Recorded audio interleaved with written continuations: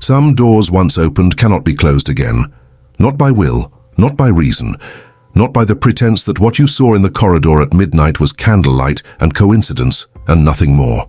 The truth, once glimpsed, held its own unyielding weight. Sebastian Coldmere, 9th Duke of Coldmere, would spend the rest of his life grateful that he had gone after her, a decision made on impulse, yet one that would unravel years of unspoken burdens. Coldmere Abbey stood at the edge of the Lincolnshire Fens, like something that had grown there rather than been built. Pale stone and Gothic arches and long windows that faced west to watch the sky turn over the flatlands at dusk. The east wing had been locked for 12 years. Its shutters were drawn, thick planks of wood sealing away the light. Its hearths were cold, long-extinguished echoes of warmth.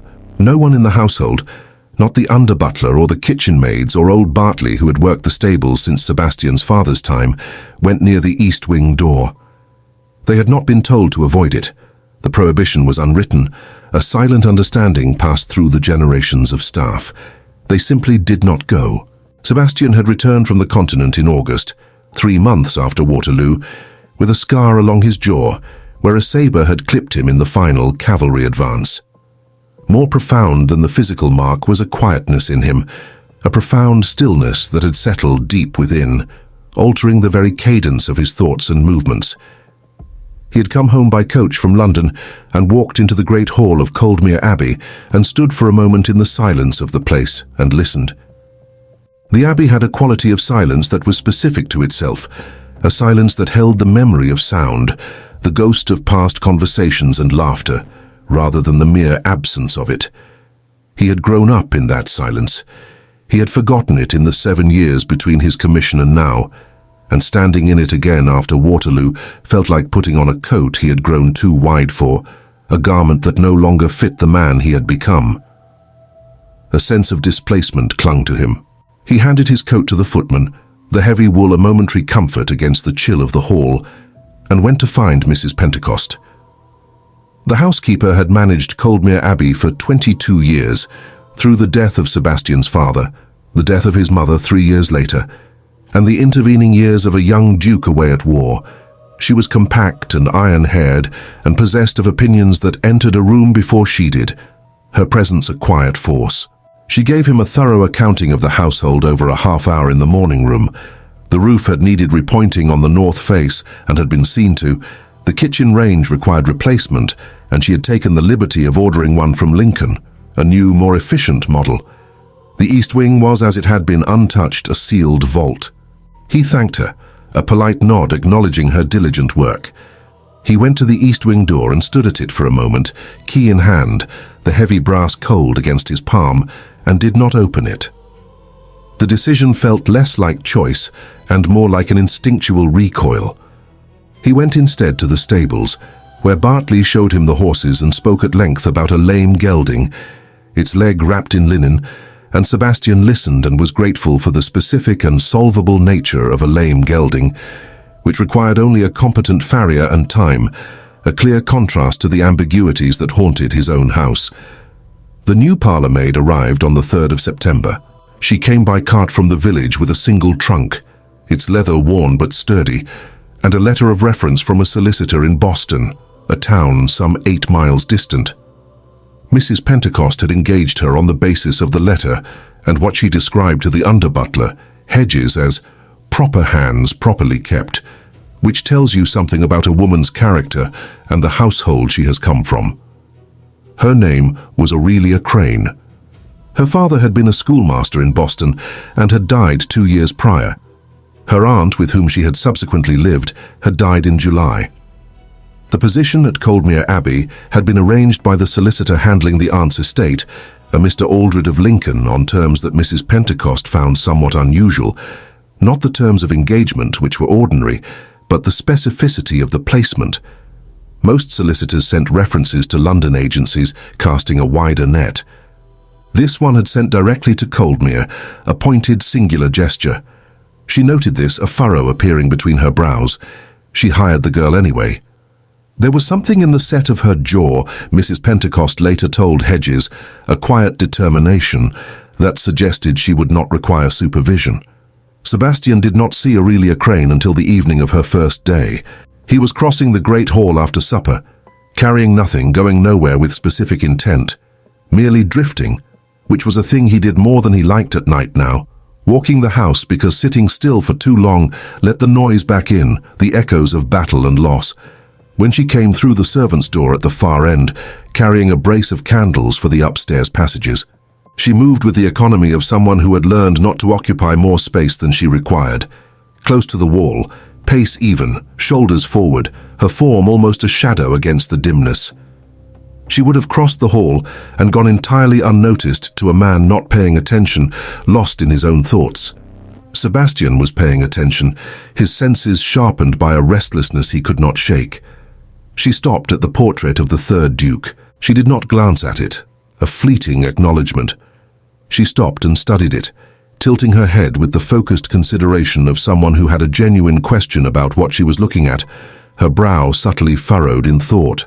The third Duke, Sebastian's great-great-grandfather, painted in 1754 in the manner of the period, stiff-backed and pale-eyed in his court coat, had been on that wall for 60 years and had been walked past by several hundred people without a single one of them pausing to think about him.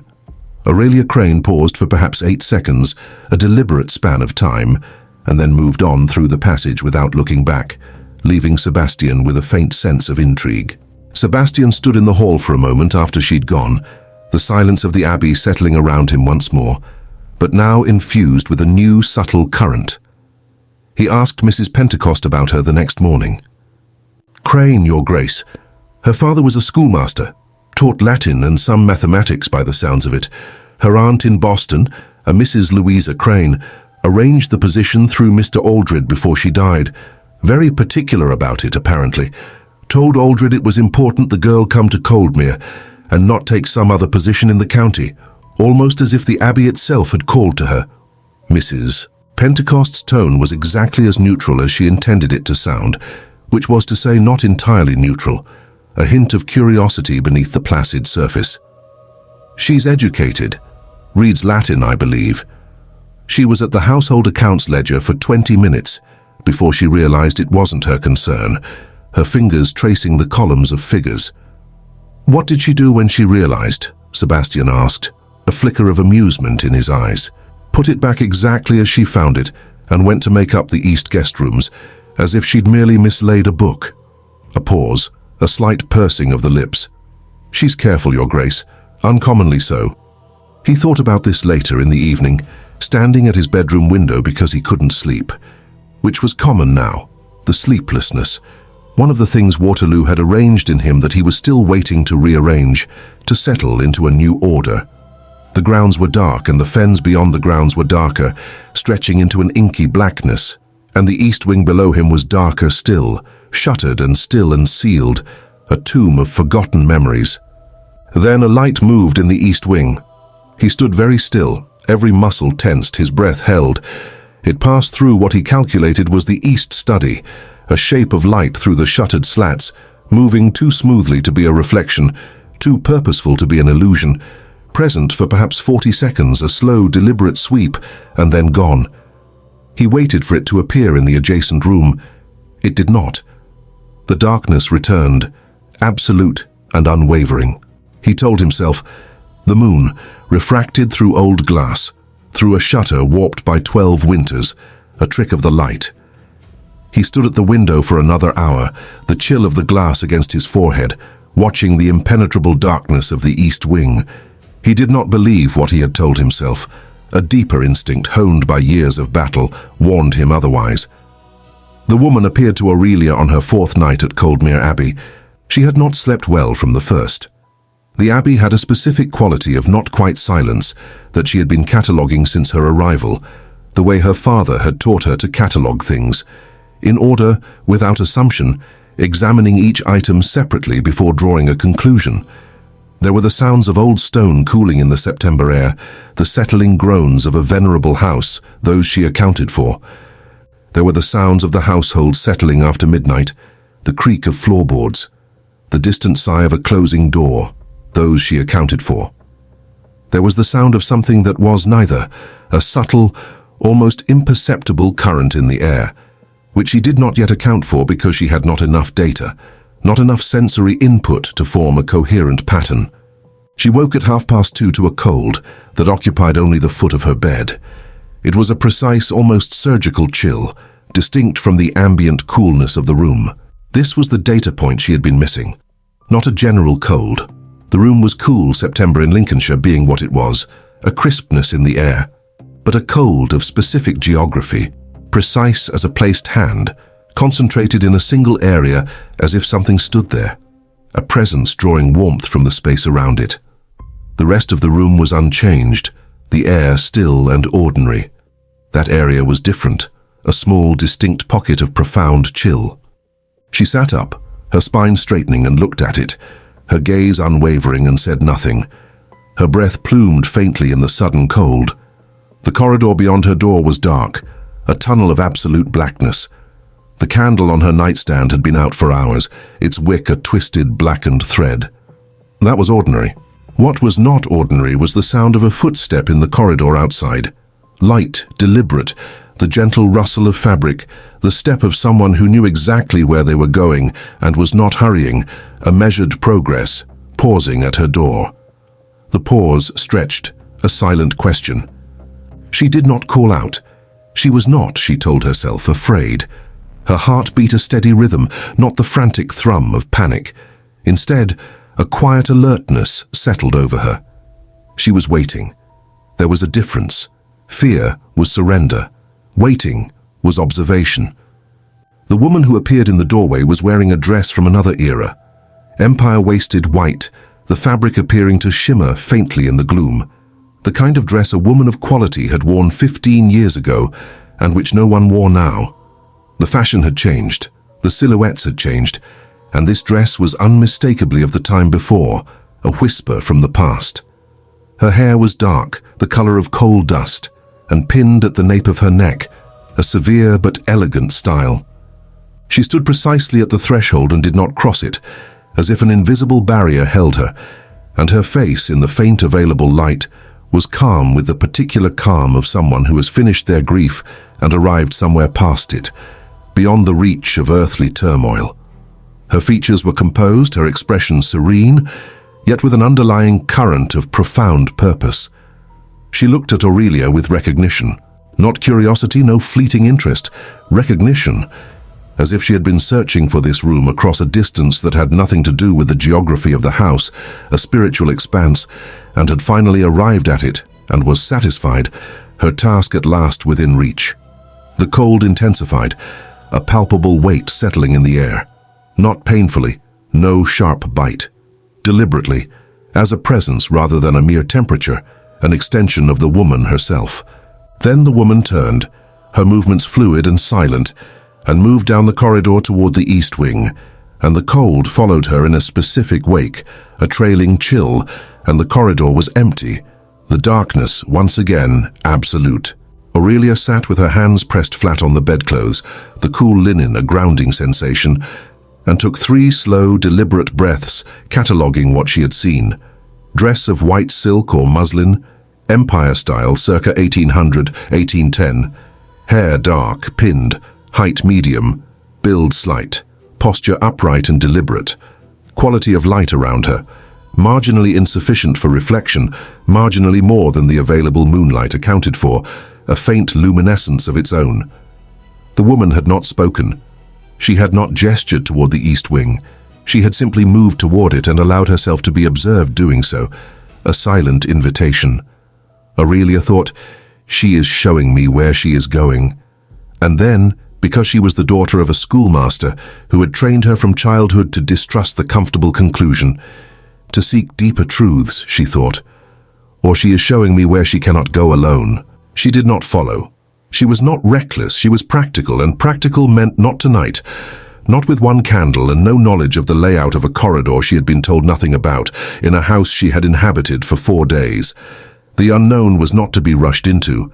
She would learn the house first, map its secrets, understand its rhythms. She did not sleep again until nearly dawn. She lay in the dark, the lingering chill a phantom touch, and thought about the east wing door, which she had noticed on her first day, because it was the only door in the main corridor that had no handle visible, only a lock, a stark, unyielding barrier. She thought about the third Duke's portrait, which she had examined in the Great Hall, and which had something in the set of the jaw that she recognized without being able to place, a flicker of familiarity. She thought about the solicitor in Lincoln who had arranged this position with, as she had heard Mrs. Pentecost say to Hedges, unusual specificity, and about her Aunt Louisa, who had pressed her hands on the last day before she went and made Aurelia promise to go to Coldmere and not take any other position, no matter how inconvenient the travel. Her aunt had been in life a woman who kept her own counsel in everything that mattered, her decisions rooted in a deep, unspoken wisdom. Aurelia had trusted her judgment without requiring the reasons for it, a testament to their bond. She had come to Coldmere on that trust alone. She was beginning to understand why. The threads were starting to connect, forming a pattern she could almost discern. The woman came again on the 6th night. Same hour, same cold, same threshold.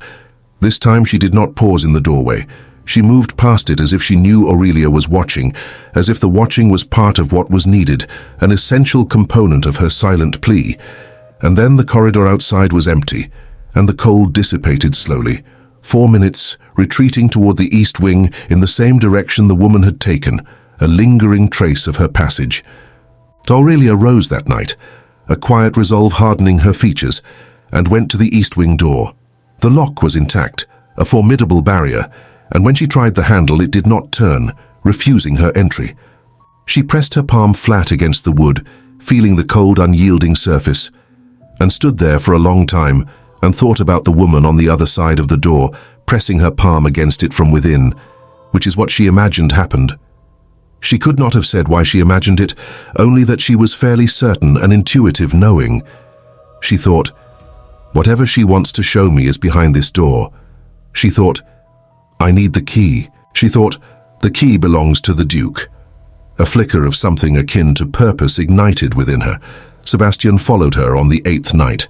He had been sitting in the chair by his bedroom window with a book unread in his lap, its pages a blur, because he could not sleep and had given up pretending he intended to, when he saw the candle shape moving below in the main corridor. He knew her pace by now, the particular evenness of it, the way she moved with purpose even when she was only carrying linens from one room to another, a quiet efficiency. He knew it the way he had learned to know the specific movements of men in his regiment, not by conscious intent, but by the accumulation of daily proximity, the body cataloguing what the mind hadn't yet named, a subconscious recognition of patterns. He pulled on his coat, the familiar weight a small comfort, and went downstairs, his footsteps echoing softly in the quiet house. She was at the east wing door. He had thought she might be. She stood with her candle, its flame a steady beacon, and her palm resting against the oak, her back to him, her attention entirely on the door, a silent vigil. He had his key, the heavy iron cold and substantial in his grip. He was 5 feet from her, about to speak, a word forming on his tongue when the cold arrived. It came from inside the east wing, not a draft, not the normal cold of a disused corridor, but something with direction and weight, a palpable force, pressing through the gap at the base of the door as if driven from within. A breath from another realm. His breath clouded, a sudden white plume in the air. Aurelia's did too. The candle she held dipped, its flame flickering precariously and then recovered, holding steady. The light on the other side of the door changed. He saw it through the gap at the base. A light that was not the moonlight refracted through the east wing's shuttered windows, no ordinary glow. It moved with the quality of something that walked, paced, deliberate, human in its rhythm, a slow, measured approach. It came from deep in the east corridor and grew in presence as it approached, a subtle intensification of its luminescence, and the shape that resolved itself at the door was a woman's silhouette, etched in faint light against the darkness. She stopped. She was on the other side of the locked door, and Aurelia was on this side, and they were perhaps 10 inches apart, separated by the ancient wood, and the cold had become absolute and specific and soundless, a profound stillness that vibrated with an unseen energy. The silhouette turned its head, a slow, deliberate movement. Sebastian's hands stopped working. His fingers stiffened, muscles refusing to obey. The key in his right hand fell from his fingers, a dull clatter, and struck the stone floor with a sound that rang and rang in the silence, an impossibly loud echo, and the silence absorbed it, drawing it in. And neither Aurelia nor the shape behind the door moved, locked in their silent tableau. The silhouette turned back to the door. It raised one hand, unhurried as everything about it was unhurried, a gesture of profound calm, and placed the palm flat against the wood. On this side of the door, Aurelia's palm was already there, mirroring the unseen gesture, a silent communion across the barrier. Sebastian stood very still, rooted to the spot, and did something he had not done since he was a boy. He allowed himself, without armoring against it, without the soldier's instinct to dismiss or rationalize, to recognize something he did not want to recognize. He recognized the hand. He recognized the slight forward angle of the wrist, the particular way the shoulder sat, a posture so specific to one person that no other woman could have made it by coincidence. A wave of profound, aching familiarity washed over him. He had not seen his mother in 12 years, and yet here she was. The sound of the key hitting the floor was what Aurelia turned at. She turned and saw him, and her expression in the candlelight was very steady, not alarmed, no widening of the eyes, not dismissive of what she had just been part of, but watchful in the way of someone who understands that what they are about to say requires care, requires precision. "Your Grace," she said, her voice a quiet, steady note in the hushed corridor.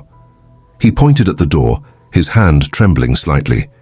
He found that he could not form words yet, his throat tight, his mind reeling with the impossible reality before him. "I know," she said quietly and with complete directness, her gaze meeting his, unflinching. "I've been seeing her for 5 nights." The light behind the door was gone.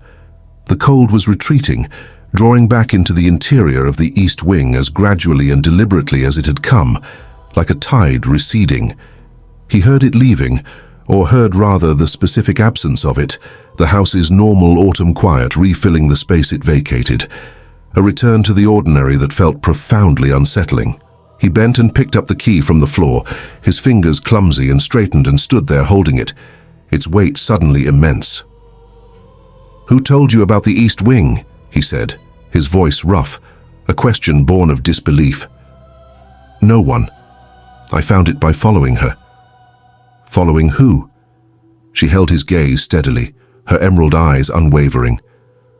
"I don't know her name," she said, a simple statement of fact. "But you do. I can see that from where I'm standing, in the way your face has changed." He looked at the door for a long moment, the ancient oak now imbued with a new, profound significance. Then he looked at the key in his hand, a tangible link to the unseen. There were things that could only be done in daylight, with full possession of one's faculties, and things that could not wait for daylight, pressing with an urgency that defied reason, and this was not a situation in which he was entirely certain which category applied. Logic warred with an undeniable, visceral truth. "Come to the library," he said, the words finally finding their way out. "I'll build a fire, we need to speak." The library was cold at 3 in the morning, but cold in the ordinary way of a room that had been unused since supper, the air still and heavy, and the fire Sebastian built was real and solid and demanded his hands and his attention, the physical act a welcome anchor, and he was grateful for that, grateful for the tangible task. He put himself into it entirely. Grate, tinder, coal, poker, each movement deliberate, each flame a small victory against the chill. And when it was going, casting flickering shadows on the bookshelves, he turned around.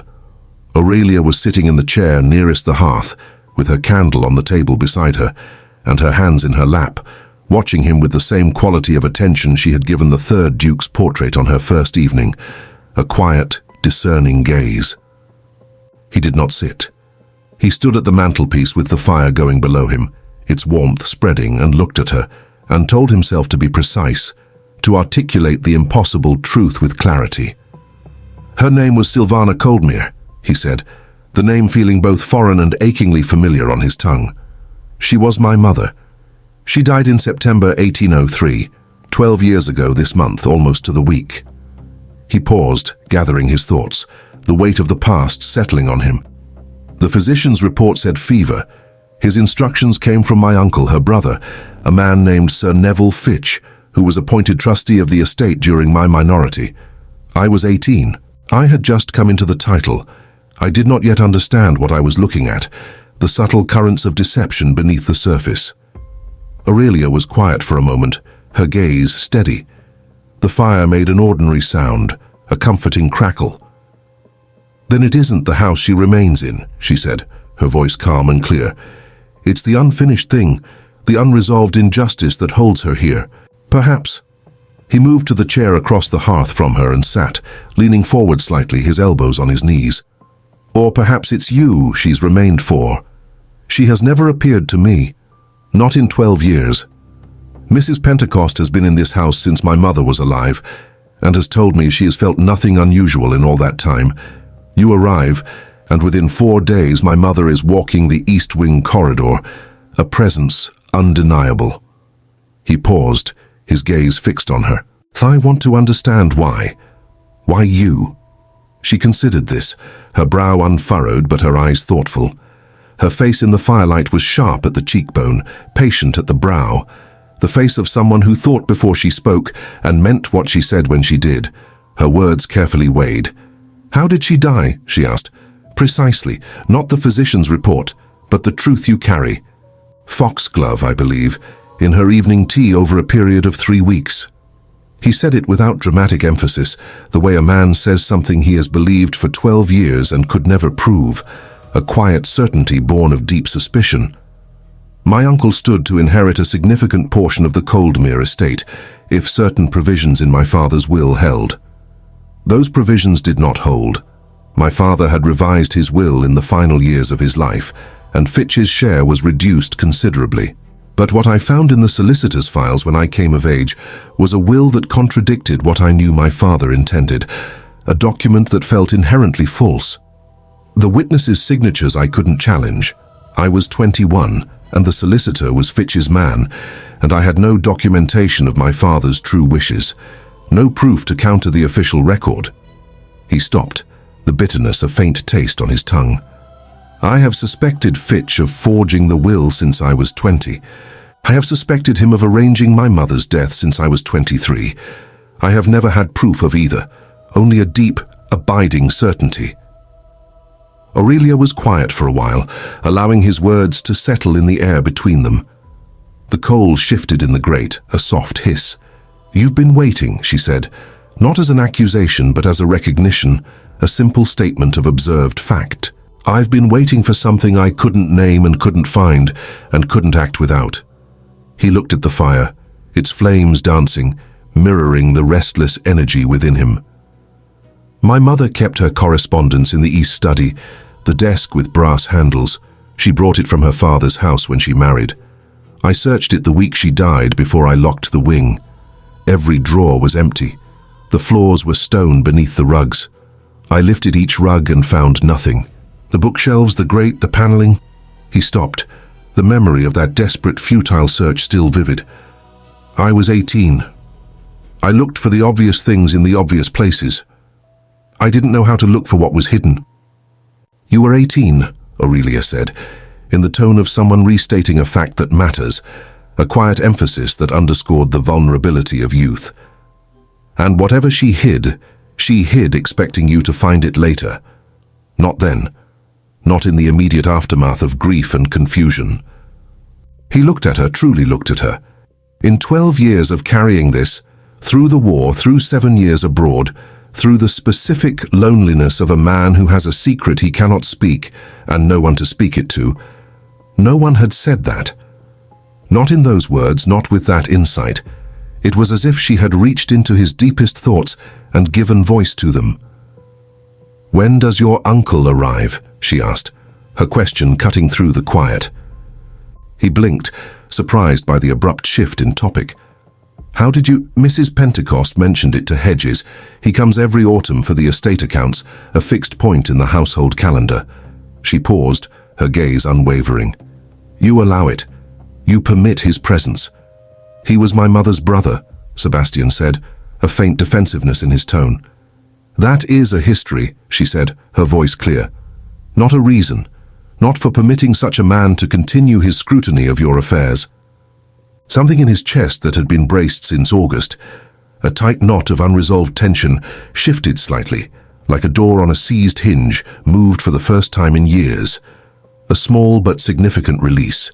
"My uncle arrives on Tuesday," he said, the words coming out with a new frankness. "He comes every autumn and reviews the accounts and spends 3 days and departs. He has done so since my mother died, since the trusteeship was his. The trusteeship ended when I came of age. He still comes. He still asserts his presence." A pause, a sigh escaping him. "I still permit it, out of a misplaced sense of duty, perhaps. And next Tuesday we should have something to show the magistrate before he arrives," she said, her tone firm, a statement of intent. He looked at her directly, a spark of resolve in his emerald eyes. "I need to open the east wing," he said, the words a declaration. "Yes," she said, a simple affirmation. "You do. It is waiting for you." "Not tonight." "No," she agreed, a practical assessment. "We need daylight and steadier hands, unburdened by the shadows of midnight. Tonight we plan, we prepare." They sat by the fire for 2 hours more, the flames gradually dying down, and he described the east wing as he remembered it from his boyhood and from the week of his mother's death. The sitting room, the study, the small anteroom between them, the desk with the brass handles, polished to a dull gleam, the bookshelves, 2 large ones flanking the chimney breast, filled with worn leather-bound volumes. The rugs, Turkish, burgundy and cream, heavy pile, absorbing sound. The stone floors beneath, cold and unyielding.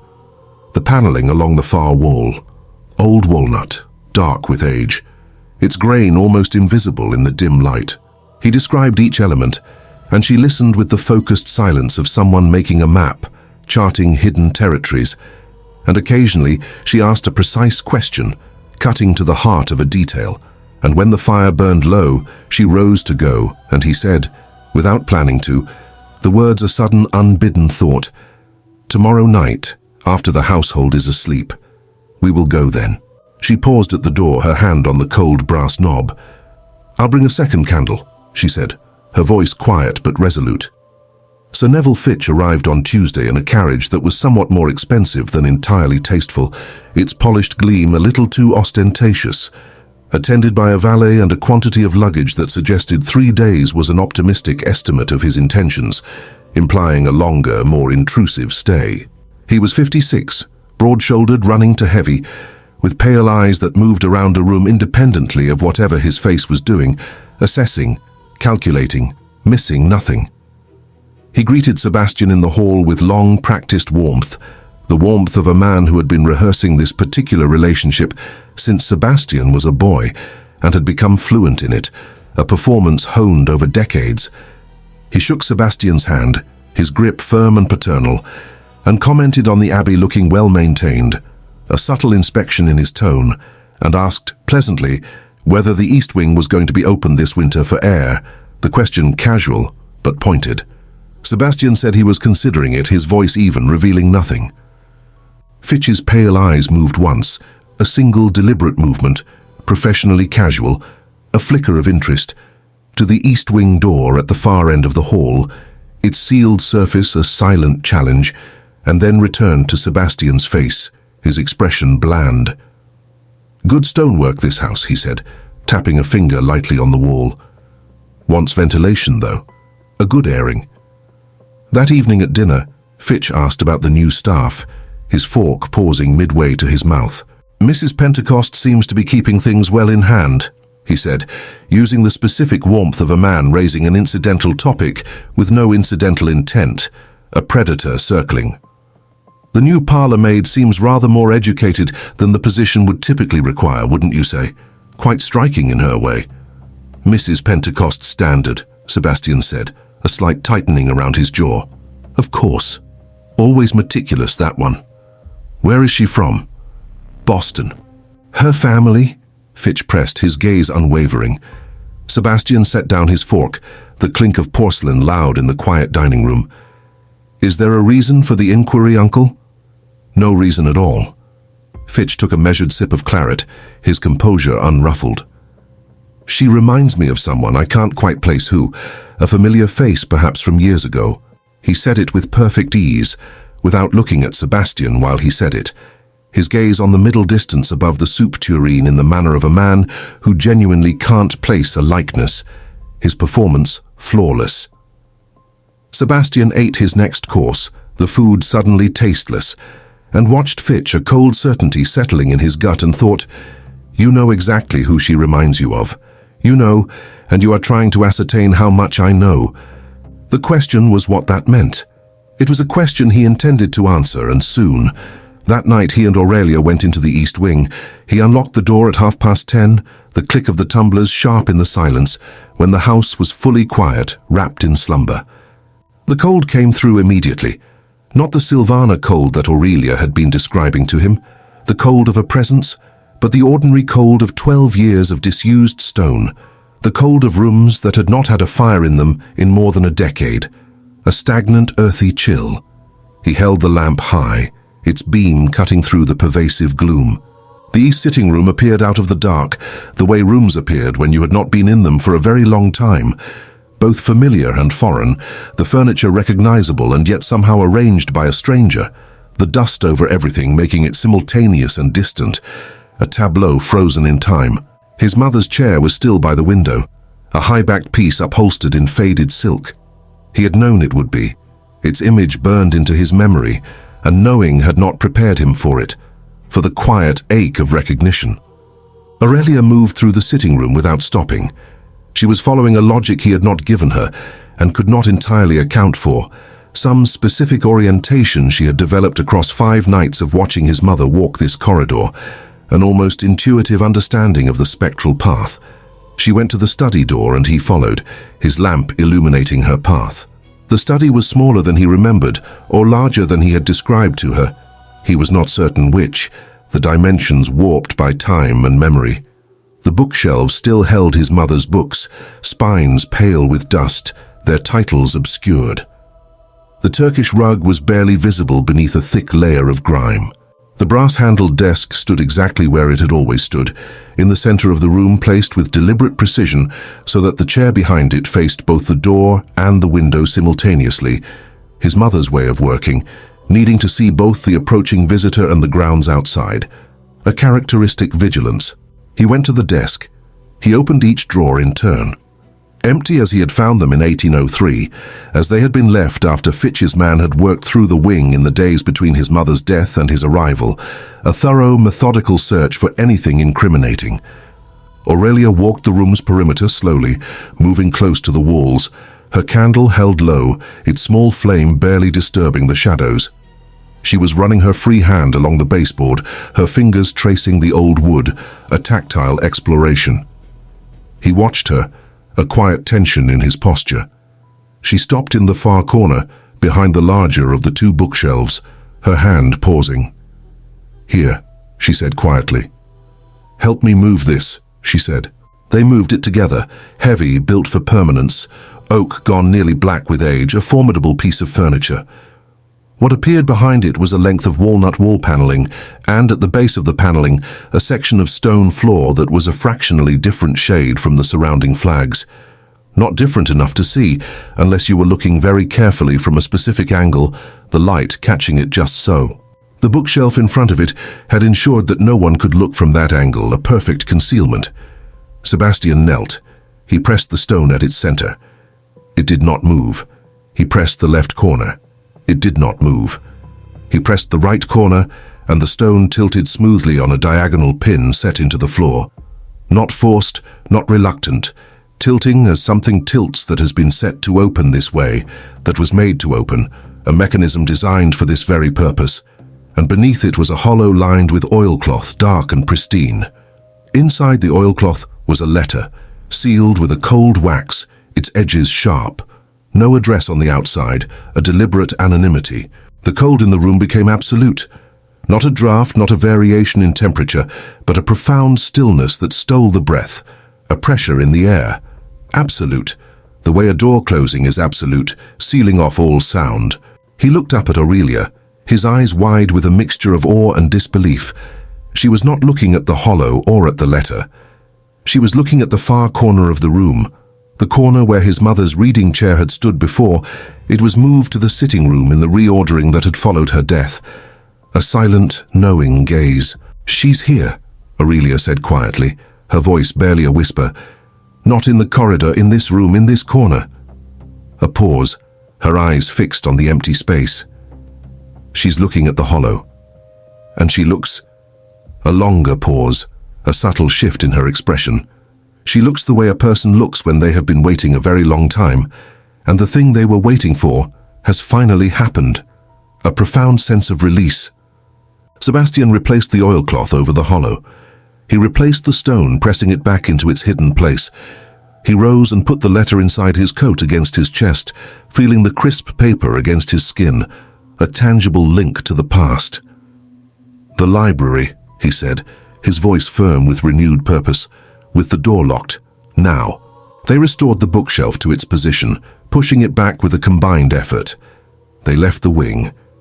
He locked the door behind them, the heavy click of the bolt echoing, and as the key turned in the lock, the cold disappeared entirely, sudden and complete as a candle extinguished, leaving only the ordinary chill of the night. When they reached the main corridor, Aurelia stopped, her hand on the cold stone wall. "Your uncle looked at me differently at dinner," she said, her voice thoughtful. Not the polite disinterest that people in his position use for household staff, a dismissive glance. He looked at me and then looked away, and the looking away was deliberate, a conscious effort to conceal something. "I noticed," Sebastian confirmed, a grim line to his mouth. "He's going to do something before Thursday. He senses a threat." "I know."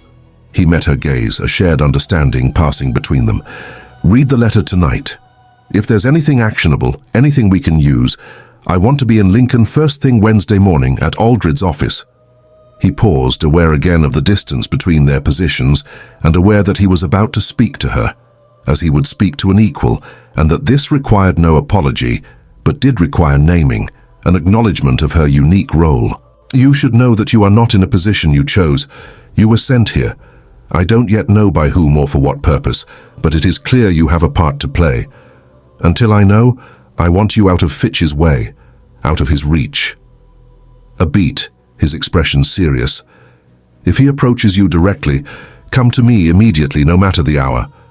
And if you're in the stables or the grounds, away from the main house, shout," he said, his voice low and firm.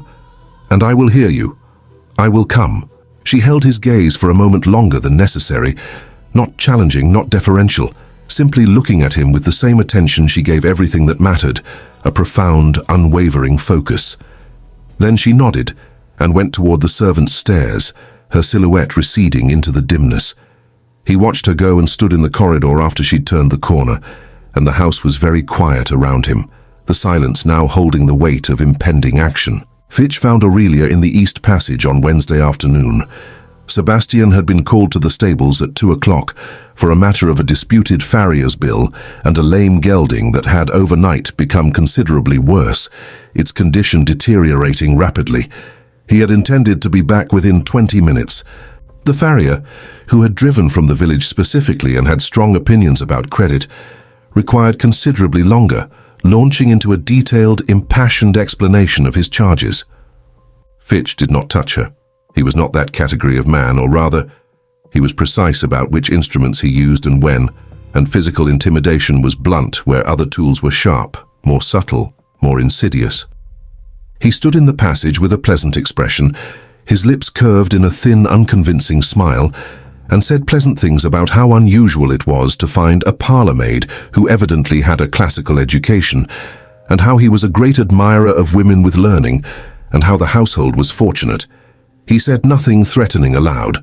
He constructed the threat from tone and proximity, and the specific geometry of not moving out of her path when she tried to excuse herself, the geometry of a man who understands that a wall need not be made of stone to be impassable, that a presence can be as confining as brick and mortar. Aurelia set down her basket, the gentle thud of wicker against stone echoing in the narrow passage. Her breath caught, a sudden tightness in her chest. She looked at him directly, her emerald eyes unwavering, and said, "Mr. Aldred's office is on Lincoln High Street. He has been there 30 years. The Duke is aware of my connection to him, of his role in my arrival here." She had not known in the moment of saying it why she said it. The name had come to her because it was the name in her aunt's last letter, the solicitor who had arranged her position, who had been Louisa Crane's contact in Lincoln. She had said it because something in Fitch's particular manner of blocking her path told her it would land, a direct hit, and she wanted to know how it landed, what effect it would have. She watched his face do something instructive. The pleasantness did not vanish. It became more fixed, like plaster setting, hardening into an unyielding mask, and his eyes went very still, the pale color chilling, revealing a flash of genuine alarm. Then he nodded, a curt, almost imperceptible movement, and moved out of her path, the invisible wall dissolving. He said something polite about hoping she would enjoy her time at Coldmere, his voice now devoid of its false warmth, and walked away in the direction of the library, his footsteps brisk. Aurelia stood in the east passage with her basket, and her pulse going harder than she preferred, a frantic drumming beneath her skin, and thought, "He is going to the library. He believes something is there. He knows we found something." She collected her basket and went immediately to find Sebastian, her movements quick and purposeful. She found him coming through the stable-yard gate, dust on his coat from the farrier disagreement, a line of frustration etched between his brows, and told him in 4 sentences what had happened, her words clipped and precise. She watched his face move through calculation to decision, with the speed of a man accustomed to making decisions that mattered, his expression hardening with grim resolve. "The library," he said, the word a sharp command. He went there perhaps 6 minutes ago. He looked for something specific. They went together, not at a run, because a duke and a parlour maid running toward the same room in the same direction would be its own information, an undeniable signal, but with intention, their strides long and purposeful. The library door was ajar, a sliver of darkness visible. Fitch was not inside. He had been. The chair nearest the writing table had been moved and returned, not quite to the same position, a subtle disarrangement, and the writing table's central drawer was fractionally open, betraying a hasty search. Sebastian closed the drawer, his movements deliberate. He turned to look at the room, his hand going to his coat where the letter was, a protective gesture. "He was looking for something," Aurelia said, stating the obvious. "He didn't find it." Sebastian touched his chest briefly, a faint smile playing on his lips. "It is safe. Tonight," he said, his voice low. "We read it tonight. Together." They read the letter in the library at 9 o'clock, door locked, the fire high and roaring, casting a warm dancing light across the room. It was 4 pages written in a hand Sebastian recognized from childhood without any need to confirm it. The particular angle of his mother's letters, the way she formed her capital S, her D, the deliberate evenness of a woman who had been taught handwriting as a discipline and had maintained it throughout her life, a meticulous, elegant script. The paper was good, thick and resilient, and had been preserved well in the oilcloth, and the 12 years in the hollow beneath the stone had left it entirely intact, the ink still dark and clear. He read it aloud. He had not planned to, but Aurelia was sitting across the table from him, and the room was still, hushed with anticipation, and reading it in silence felt wrong, felt as though his mother had written it to be spoken, to be present in the air of the house in a way it had not been allowed to be for 12 years, a voice finally given its due. The letter was dated the 15th of August, 1803. "My dear Sebastian, if you are reading this, you found what I hid, and that means the house helped you as I asked it to. I have spoken to the house many times, whispering my pleas into its ancient stones. I do not know if houses listen, if they hold consciousness. I know only that I asked, and that whatever listens here has always had more patience with difficult things than I have, a silent, enduring witness. I will be direct, because I may not have much time for indirection, for polite circumlocution. Your uncle gave the physician his instructions on the 14th of August. I heard him through the library wall, his voice a low, insidious murmur. He did not know I was in the room beyond it, attending to my accounts. He is careful, but he became comfortable, complacent in his villainy, and comfortable men make errors of geography, letting down their guard. I have 3 weeks, perhaps 4. The foxglove tincture is slow, a creeping poison, and Neville is patient, a calculating viper.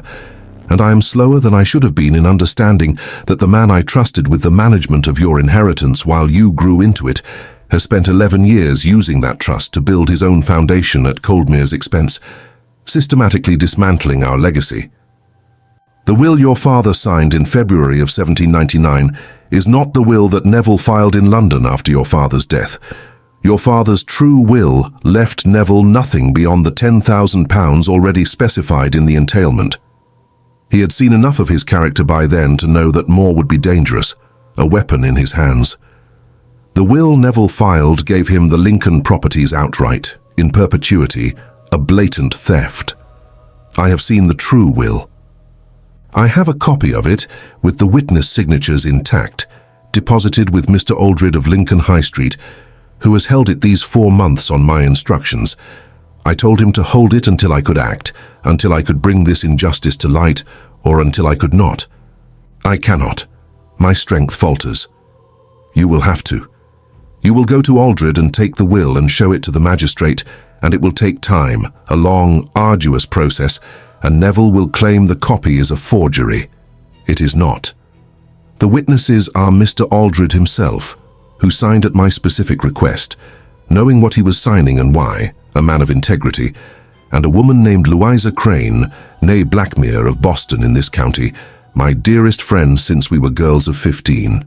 Louisa witnessed the document on the day I brought it to her specifically for that purpose. She knows everything, the full scope of Neville's treachery. She has the full account in her own hand, kept separately for your use if you need it, a meticulous record of the truth. Louisa is well.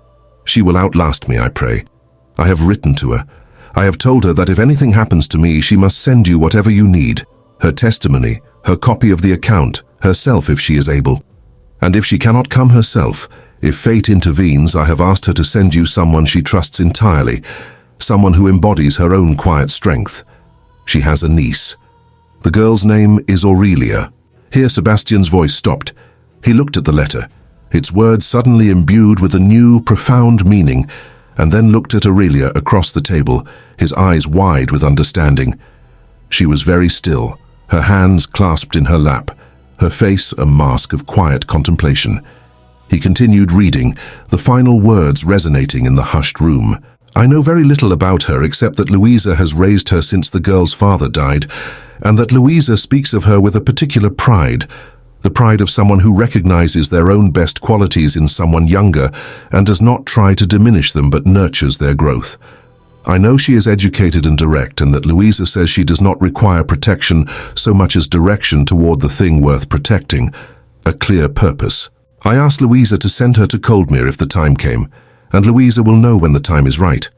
Louisa always knows with an uncanny certainty. Tell Aldred who she is when you see him. He will confirm the rest, the details of her connection to us. The house will help you recognize her. I have asked it to in my final moments. The house knows her blood. Louisa and I played in every room of Coldmere Abbey from the time we were girls. Her family spent summers here for 20 years, and the house has not forgotten her shape, her presence within its walls. Get the will from Aldred. Show the magistrate. Pursue it fully. Neville has been drawing income from the Lincoln properties since your father died. 11 years of what belongs to you and to Coldmere, a vast sum stolen. It will take time, a slow grinding of the wheels of justice. Do it anyway. Do not let him arrange another comfortable delay, another opportunity to escape accountability. One more thing. I do not know if I will manage to do what I hope to do after I am gone. I have spoken to the house about it, pleading with its silent consciousness, and the house has not said no, which I take as permission, a subtle affirmation. I want to be here when the right person comes. I want to be certain she finds what she needs to find, to complete this task. I want to, and I am aware this is not the sort of thing a practical woman writes in a letter she hopes will be read by a responsible adult, but I am writing it nonetheless, for my heart demands it. I want to see that you are all right. I have missed 12 years of your life already, from the wrong side of the distance between the living and whatever comes after. I would like, if the house permits it, to miss as little of the rest as I can manage, to be a silent witness to your happiness. I love you. I am sorry I did not find a way sooner, did not see the truth before it was too late. Tell Aurelia that Louisa chose well, that her trust was not misplaced. SC. Sebastian put the letter on the table, its pages a testament to a mother's enduring love and foresight. The fire made its ordinary sound a comforting presence. Aurelia had not moved. She sat with her hands still in her lap and her face doing the specific thing it did when she was absorbing something that required the full weight of her attention, which was to become very still, not withdrawn, not shuttered, but focused inward like a lens brought to a single point, processing a lifetime of unspoken truths. Your aunt, he said, his voice soft, full of a new understanding, died in July. Her voice was even, devoid of emotion, yet carrying a profound weight. She was ill for 3 months before. On the last day she made me promise to come to Coldmere.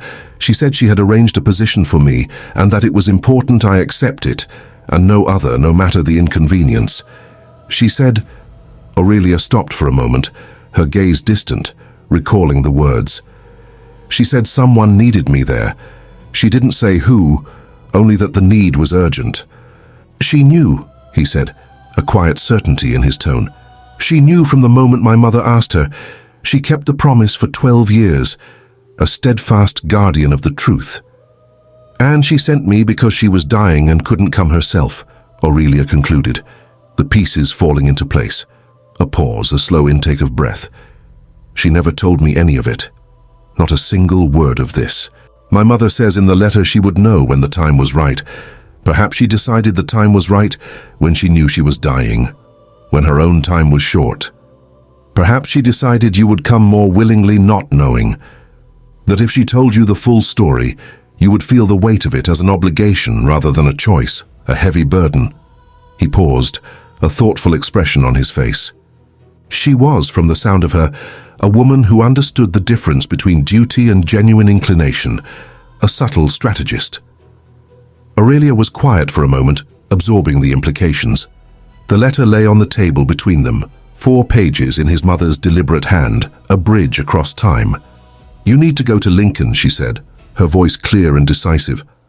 Tomorrow morning, first thing, Mr. Aldred has been holding the will for 12 years. He will be glad to be done holding it, to finally fulfill his part in this long wait. I'll go at dawn. I'll be back by afternoon. He met her eyes, a shared resolve in their depths. Fitch will not be here when I return. I will see to it. No, she agreed, a faint, grim satisfaction in her tone. He won't. His time here is over. He rose and went to the door and turned back, because there was a thing he had been circling for several days, a thought that had been taking root, and he had not yet found the right shape for it, and he suspected the right shape was the direct one, unvarnished and plain. Aurelia, he said, her name a quiet command.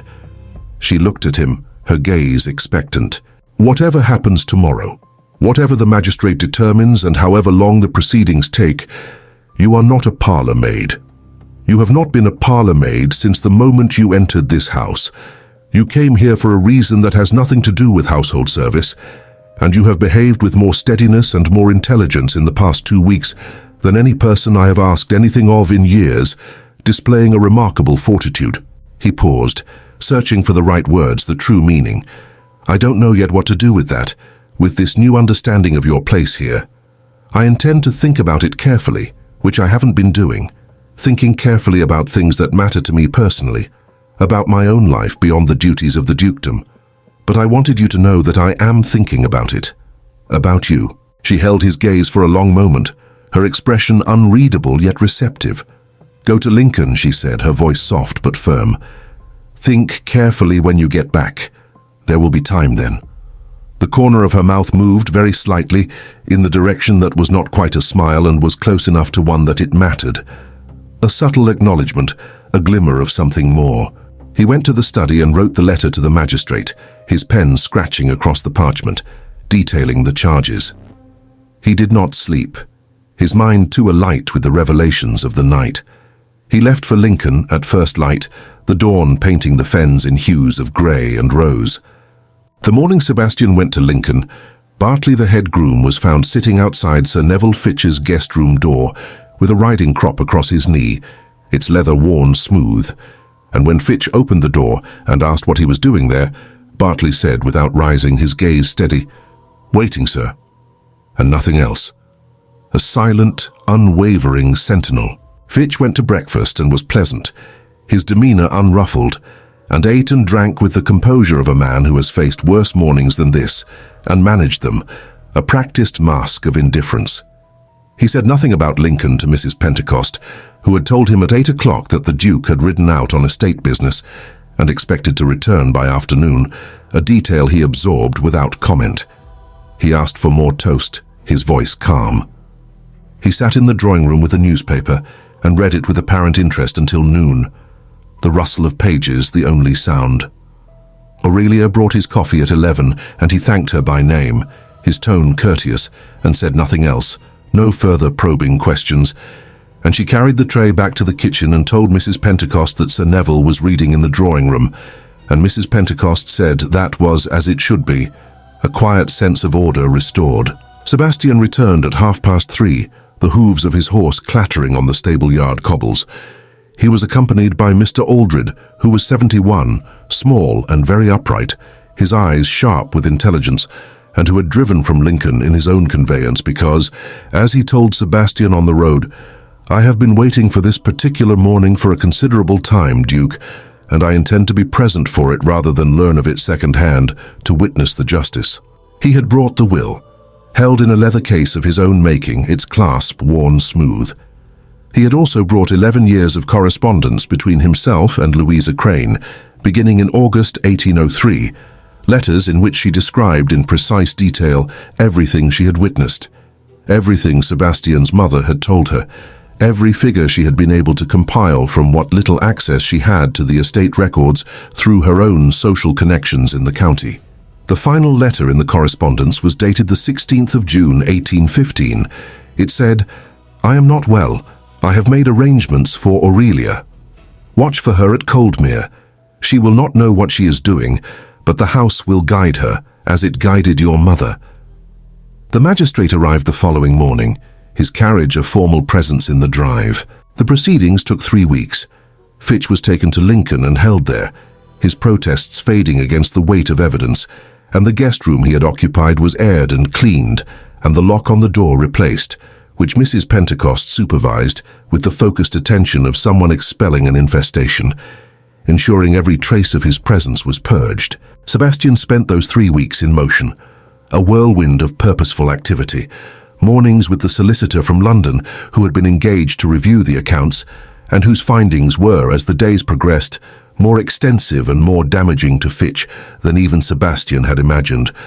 11 years of diverted income from the Lincoln properties added to a sum that required 2 weeks and a specialist in estate law to calculate properly, a vast tapestry of fraud. Afternoons with the estate staff, reviewing what the Coldmere accounts actually contained, and what they should have contained, and the gap between those two figures, a stark revelation of Fitch's deceit. Evenings in the library, poring over documents, the fire a constant companion. Aurelia brought him tea in the evenings. This was her function in the household, and she performed it correctly, setting the tray on the side table, confirming whether he needed anything else, withdrawing. Except that he had taken to asking her to stay for a moment and tell him what she had observed in the house that day, because her observations were precise and her conclusions were useful, cutting through the noise, and because the evenings were long, and she was the person whose company he wanted, whose quiet presence brought a measure of peace. He noted this in himself without pretending otherwise, without intellectualizing the feeling. He had spent 12 years not pretending things he actually felt, because suppressing feeling was not a thing that worked for him. It only moved the feeling to a location where it caused more damage, a festering wound. He felt it, named it to himself, and waited for the right moment, for the clarity he now possessed. The ghost did not appear again. He went twice to the east wing corridor in the small hours, standing in the dark waiting for the cold, for the familiar presence. It did not come. The east wing was simply cold, stone in autumn, disused rooms, the ordinary physics of a wing that had not had fire in its grates for a decade, a natural earthly chill. He stood there for a long time both nights, not certain whether he was relieved or bereaved, whether a part of him missed her guiding presence, and concluded on the third attempt that what he felt was neither. What he felt was something closer to peace, which was a word he had not used in his own context for a very long time. A quiet, profound serenity. He opened the east wing formally on the 20th of October. He brought Mrs. Pentecost and 3 maids in to air and clean, replaced the curtains with fresh, lighter fabrics, clear and sweep the hearths, lift the dust cloths from the furniture, revealing its graceful lines. He had his mother's portrait brought from the box room where it had been placed in 1803. A smaller portrait than the formal ones in the hall, painted when she was 35, in the east sitting room itself, the window behind her and the grounds visible through it, a vibrant living scene. And he hung it in the east study in the place it had been painted to occupy, a quiet homage. He sat in her chair by the east sitting room window that afternoon and looked at the grounds, at the flat Lincolnshire sky going grey above the fens, and thought about the distance between a wrong thing and its righting, which was not the same distance as grief undone, but was the nearest thing available and was enough, a profound sense of closure. He found Aurelia in the linen room at 7 that evening, the scent of lavender and starched cloth in the air. She was cataloguing shelves with the thoroughness Mrs. Pentecost had requested, a task assigned, Sebastian suspected, because Mrs. Pentecost needed order restored to her domain after 3 weeks of solicitors and magistrates' men, and the structural upheaval of a villain in the guest room and cataloguing was something she could ask for without it being unreasonable, a simple necessary chore. Aurelia was writing in the household ledger with a stub of pencil, her brow furrowed in concentration, and did not look up when he came to the door. 12 damask tablecloths, she said, her voice precise. 4 of them stained in the center, beyond repair. Mrs. Pentecost will want to know about the 4 to make a note for replacement. Aurelia. His voice was soft, drawing her attention. She looked up. Her face did what her face did, gave him very little and gave him everything. It was not a paradox. It was simply how she worked, her inner world revealed in subtle shifts of expression. The inquiry concluded today, he said, stepping fully into the room. The Lincoln properties are restored to the estate. The full accounting has been submitted to the magistrate. The solicitor from London believes Fitch will be convicted on the forgery charge alone, and that the evidence regarding my mother will be sufficient to bring the additional charge, though it will take longer, a separate legal battle. He paused, a sense of burden lifted from his shoulders. The house is mine, properly mine for the first time, free from his shadow. I know, she said, a faint smile touching her lips. Bartley was telling the kitchen staff at 4 o'clock. He was quite emphatic, a fierce defender of the Abbey's honor. I wanted to tell you myself. You have, she said. And something around her eyes was the thing that on another woman might have been called warmth, and on Aurelia was simply the specific version of attention she gave things that mattered to her, a deep, unwavering focus that spoke volumes. He came fully into the doorway, filling the space. You are not a parlour maid, he said, his voice firm, a declaration. You have not been a parlour maid since the night you stood at the east wing door and waited for what would happen next, since you embraced the unseen. You were sent here by a woman who kept a 12-year promise to my mother, and you arrived here without knowing why you had come, and in 2 weeks you found what I could not find in 12 years, and I want you to understand what that means to me, before I say anything else, before I speak of the future. She set down the pencil, its tip resting against the ledger. She was very still, absorbing his words, her gaze steady. It means, he said, stepping closer, that I have been trying to find the correct form for this, the proper societal convention, and have not found a correct form. So I am going to say it directly, plainly. I would like you to stay at Coldmere Abbey. Not as a member of the household staff, not in service. I would like you to stay because this house is the right size with you in it, and was the wrong size without you, a cavernous space. And I'm aware that I have known you for 7 weeks, and am making a claim that requires considerably more time to be properly justified, to be understood by the world, but I find that I would rather name it now and have you know it, have you consider it, than wait a more careful length of time and risk that you have made other plans, that you have chosen another path. The linen room was very quiet, the air thick with unspoken possibilities. The practical difficulties, Aurelia said, her voice low, a note of realism. They are considerable. The world will talk. I intend to address the practical difficulties, beginning with speaking to Mr. Aldred about the settlement your aunt should have had from the estate and did not, which I intend to remedy as a matter of restitution, not as a condition of anything else, a matter of honor. And then with speaking to the parson in the village, who married my parents and baptized me, and has known me for 30 years, and is unlikely to find the situation unreasonable once it is explained to him, once he understands the truth of it all. You are very certain, she said, a hint of surprise in her tone. I am not, he said, a faint, self-deprecating smile. I have very rarely been certain about anything except cavalry tactics, and even there I was wrong at Quatre Bras, a costly error. I am telling you what I would like. What you would like is a separate and important question, one I await with bated breath. She looked at him for a long moment, her emerald eyes searching his.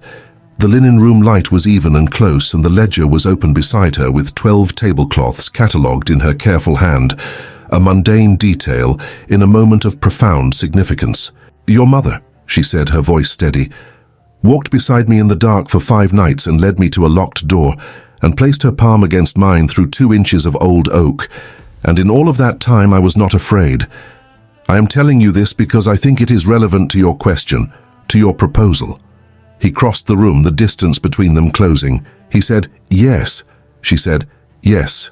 The east wing hearths burned that winter for the first time in 12 years, their flames a warm welcoming glow, and the light in the study windows was visible from the grounds in the evenings, a beacon of renewed life, and the library was warm until past midnight most nights, because there were 2 people in it who had a great deal to say to each other, their voices soft, their laughter gentle.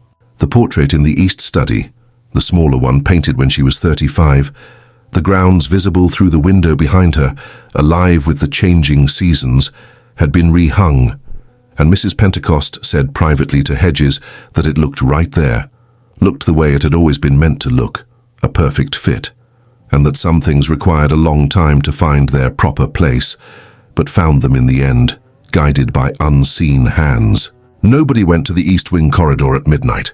There was nothing there to find, no lingering presence.